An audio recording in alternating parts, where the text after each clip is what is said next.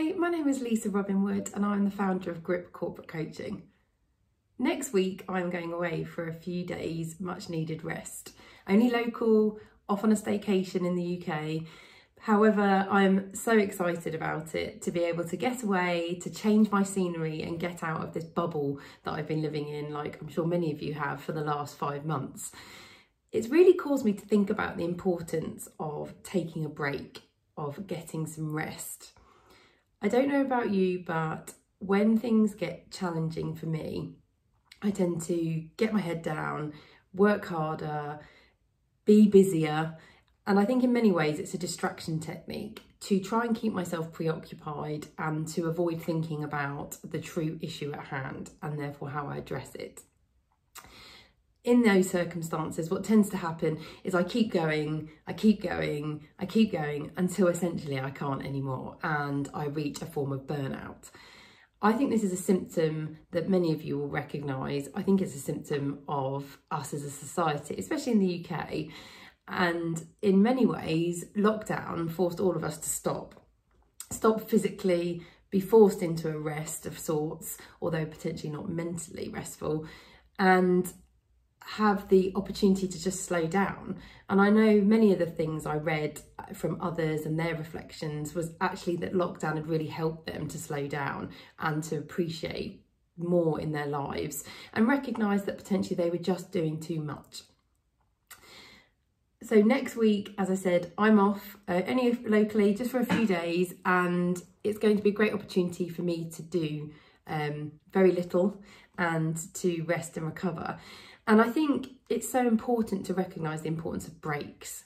Potentially not big breaks like holidays in your work schedule, but even how you incorporate breaks into your working week. I had an incredible manager many years ago who encouraged me to take breaks regularly and stressed how critical they were for me in my career if I recognised that and utilised the breaks effectively. And essentially what he enabled me to realise was I had a responsibility to not just myself, but all those that I managed and led to take a break. Because taking breaks regularly enabled me to stop and to create space for thinking. And therefore, through gaining space through thinking, actually the thinking gave me different perspective, gave me clarity, and enabled me on many occasions to stop and realise that actually the direction I was taking my team wasn't really the right one, and there was a more effective approach, or even a better, more value-adding objective to strive for. So I think this myth of being busy equals working hard, being more committed, being more loyal, being more productive has to change, because it is just that, it's a myth. And actually those managers who I see working that hard and not valuing breaks, not valuing themselves and their own care enough, are those who I feel are not as effective as they could be. Not to mention the fact how damaging they're being to themselves. So I think it's really recognising that being a great manager, being a great leader, involves recognising what is important to take care of yourself and being a bit more selfish around that, because that itself sends a message as well. If you yourself build breaks into your week and you protect those breaks and you make that known to those around you, especially those that you lead, you're saying, I care about myself, my well-being, I care about my thinking time, and you add value to that, which in turn demonstrates to other people that that's important and they too can do the same. And for me, that's really thinking and caring and implementing an effective strategy around well-being. Because I do think we talk about well-being in the workplace an awful lot, but I don't think we actually administer the right structure, the right resources, or even the right access, the right processes to actually be able to really truly care about well-being. I think at this time when so many of us are working from home, that capacity to take a break and to protect thinking time, protect ourselves, is even harder to do because of that notion of, well, I'm at home, I'm in a relaxing space, I'm not in the office. And I think in many ways that real need to want to demonstrate that while we're working from home, we're being productive. But I think it's being careful to recognise that actually that doesn't mean just working all hours.